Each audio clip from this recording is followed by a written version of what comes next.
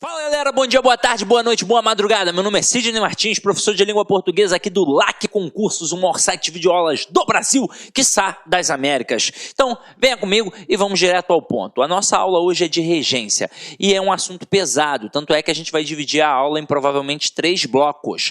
E aí se liga. Quando a gente fala em regência, a gente tem a regência verbal e a regência nominal. É, na verdade, a exigência de um termo regente, que pode ser o verbo ou o nome, exigindo uma preposição para que aquele verbo ou aquele nome façam sentido de forma ampla na sentença. Então é por isso que a gente tem a regência verbal e a regência nominal. Normalmente, para o candidato, a parte mais pesada é a regência verbal. E por quê? Porque no dia a dia a gente utiliza o português informal. E na prova é o português padrão. Então a gente tem hábito de utilizar preposições em locais que não tem a preposição. A gente tem o hábito de não usar em situações em que tem a preposição. E a gente tem também a mania de usar preposições trocadas. Então, caramba, na hora da prova, o erro do cotidiano vai te derrubar. Então é por isso que a gente tem de estudar a regência. Agora, não adianta você achar que vai assistir a esta aula uma única vez e será o suficiente. Você vai ter de vê-la pelo menos umas 3, 4 ou 5 vezes para poder massificar o conteúdo. Ah, Sidney, mas eu não tenho tempo de ficar vendo tanta aula assim na internet. Poxa, eu trabalho muito. Eu tenho tempo sim de visualizar a aula uma vez, no máximo 2, e depois estudar com material em PDF. E aí eu vou te dar uma dica. Vai estudar no material em PDF a parte de regência, não leia apenas.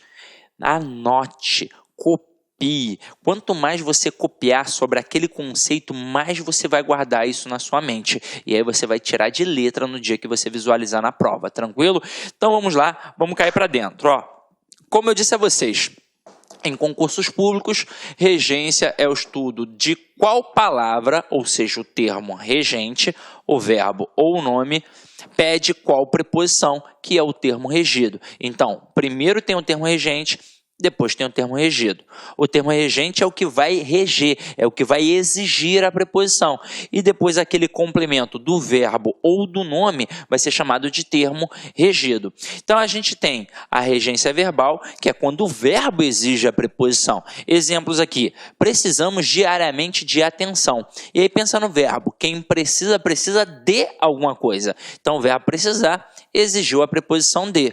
Agora, todos acreditavam em um futuro melhor. Quem acredita, acredita em alguma coisa. Então, o verbo exigiu a preposição em. Até aí, tudo bem, não é? Agora, olha a regência nominal. É quando o nome exige uma preposição. Então, a gente tem aqui, ó, tenho medo de fantasmas.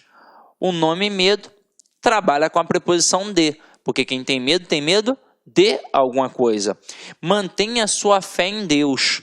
A palavra fé exige a preposição em. Quem tem fé em alguém. O homem era fiel à sua esposa. O nome fiel exige a preposição a. Quem é fiel a alguém. Agiram contrariamente às ordens. O nome contrariamente exige a preposição a. Se é contrariamente a alguma coisa. Então, aqui a gente tem a parte da regência nominal.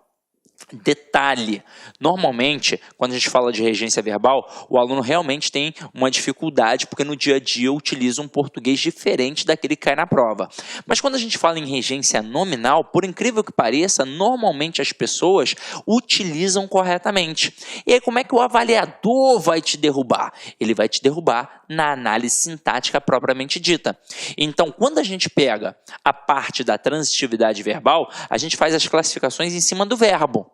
Então, a gente, diante daquele verbo, descobre quem é o sujeito e descobre quem é o complemento.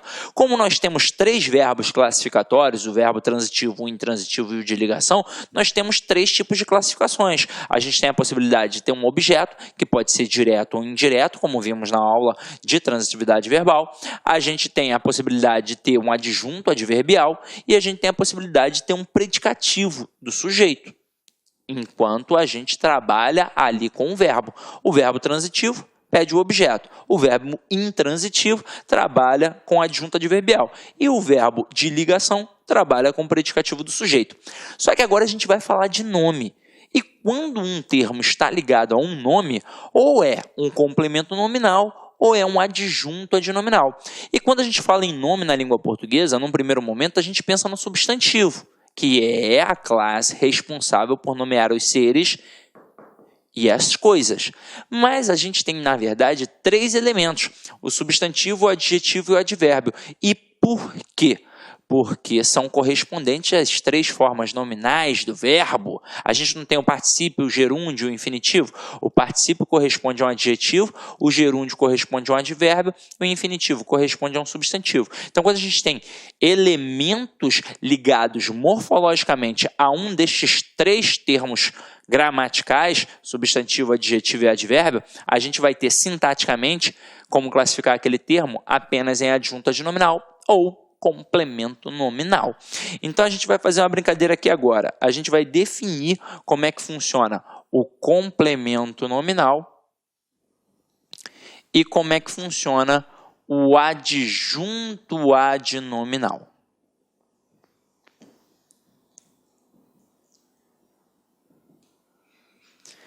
Conceitualmente falando, o que é o complemento nominal? Um nome, ele não vai ter o sentido completo. Então, ele vai exigir um complemento, que a gente vai chamar de complemento do nome, ou complemento nominal.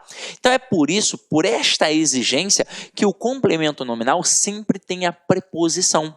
É um caso de transitividade, só que do nome. Agora, quando a gente tem o adjunto adnominal, como diz o próprio termo ali, ele está apenas junto do nome, apenas acompanhando o nome, é um termo satélite. Pode ser que apareça uma preposição, mas ela não é obrigatoriamente exigida pelo nome. Até aí tudo bem. Agora, Sidney, eu preciso saber tudo isso? É bom, né? Mas se você não souber, a gente vai matar através de 2 formas. Eu vou fazer um quadrinho mnemônico aqui para vocês, para quem gosta, e depois a gente vai brincar com um processo lúdico, para a gente poder trabalhar tudo isso aqui, beleza? Então vamos lá. Primeiro no quadrinho mnemônico, ó, nós temos o adjetivo, o advérbio e o substantivo. Só que antes de começar a brincadeira, a gente tem que definir e entender que existe o substantivo concreto e existe o substantivo abstrato. Vou colocar aqui 2 vezes, porque nós teremos 2 situações para poder analisar. Então, vamos lá. Primeira coisa é definir a diferença de substantivo concreto para abstrato. Então, diz aí para mim, fada é concreto ou é abstrato? Gnomo é concreto ou é abstrato? Deus é concreto ou é abstrato? Quem respondeu abstrato, errou. Quem respondeu concreto, acertou. Mas como assim, Sidney? Como é que a fada vai ser concreto? Galera, na verdade, não é só aquilo que eu posso pegar que é concreto. É aquilo que eu posso pegar, imaginar e criar, porque eu posso tornar palpável. Eu posso ou não posso colocar uma fada no desenho? Posso, então é concreto. Eu posso ou não posso colocar Deus no cinema? Morgan Freeman não fez Deus no cinema? Então é um substantivo concreto. Até porque, para ser substantivo abstrato, só em 2 situações. Ou é um sentimento, ódio, amor, medo, paixão, ou é um substantivo com força de verbo. Como assim? Eu digo que a filmagem da aula ficou perfeita. A palavra filmagem não é verbo, mas faz você pensar em verbo, porque é o ato de filmar. Portanto, é um substantivo abstrato, por ter força de verbo. Tranquilo? Agora, se liga comigo, na hora que a gente estava trabalhando lá na transitividade verbal e a gente descobriu o objeto direto, a gente percebeu que ele não existia do nada. Ele existia porque estava ligado a um verbo transitivo direto, ou seja, uma análise morfossintática. Eu vi a quem o camarada estava ligado gramaticalmente para aí sim poder classificar sintaticamente. Assim como o objeto indireto também não existia do nada. Ele existia porque estava ligado a um verbo transitivo indireto. Então eu via a quem estava ligado gramaticalmente e classificava sintaticamente. Portanto, ligado aos verbos, a gente pensava em objetos. Agora, ligado a nome, jamais vai ser um objeto. Ou vai ser um complemento nominal ou um adjunto adnominal. A análise é morfossintática. Então, vamos ver como é que funciona. Estou avaliando um camarada que está aqui, ó. e eu percebo que ele está ligado morfologicamente, gramaticalmente a um adjetivo, ele sempre será um complemento nominal. Estou avaliando o termo que está aqui, ó, e eu percebo que ele está ligado gramaticalmente, morfologicamente a um advérbio. Ele sempre será um complemento nominal. Estou avaliando o termo que está aqui e eu percebo que ele está ligado gramaticalmente, morfologicamente a um substantivo concreto. Ele será um adjunto adnominal. Então até aí, ó, não há o menor problema. Onde é que o bicho vai pegar? Quando o termo estiver ligado a um substantivo abstrato. Porque na hora que eu percebo que um termo está ligado a um substantivo abstrato, não tem como poder classificar de cara. Afinal de contas, ele pode ser um adjunto adnominal ou um complemento nominal. E por que eu posso ter duas análises? Simples. O substantivo abstrato, ele não tem força de verbo? É como se ele indicasse o quê? Ação. E para cada ação não tem alguém que pratica e alguém que sofre? Então é isso que vai ocorrer. Na hora que eu perceber que está ligado a um substantivo abstrato, eu vou voltar para o termo para ver se ele está praticando ou sofrendo a ação. Se ele estiver praticando, ele será um termo agente. Portanto, adjunto adnominal. Se ele estiver sofrendo a ação, ele será um termo paciente. Portanto, complemento nominal. Agora, macete bobo, mas que no dia da prova vai funcionar. Se é agente, ó, é o A de adjunto adnominal. E a palavra paciente tem o C e o N de complemento nominal. É bobo, mas no dia da prova funciona, tá? Agora, antes, anota aí, né? Dá o pause, anota, né?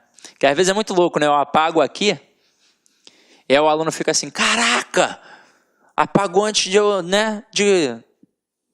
Da minha cópia, professor, antes de eu copiar, por quê? Você quer? Então, é só dar o pauzinho. Desculpa aí se eu apaguei antes, mas acredito que você já tinha anotado. Agora, vamos lá. Antes de partir para as análises das frases, eu vou mostrar um movimento lúdico, tá? Para vocês, que é a musiquinha do complemento nominal com adjunto adnominal. Olá, meus amigos! E aí, gostou da videoaula do professor? Quer continuar assistindo esse vídeo? Aliás, você quer fazer o nosso curso completaço para os cargos de assistente e auxiliar em administração para a Universidade Federal do Acre 2016? Então acesse o nosso site laconcurso.com.br. Lá nós temos o curso completaço para os dois cargos. Para o cargo de assistente, o investimento é apenas 10 mensalidades de R$20 e para o cargo de auxiliar, 10 mensalidades de R$15. Você pode ter absoluta certeza.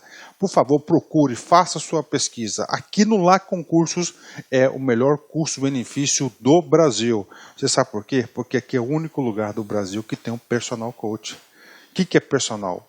Personal é pessoal, coach é treinador. Então aqui você estuda com treinador pessoal de concurso. Eu espero você.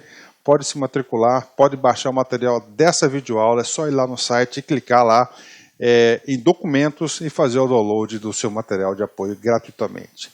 Tá certo? Espero vocês, um forte abraço, fique com Deus, tchau, tchau. Clique lá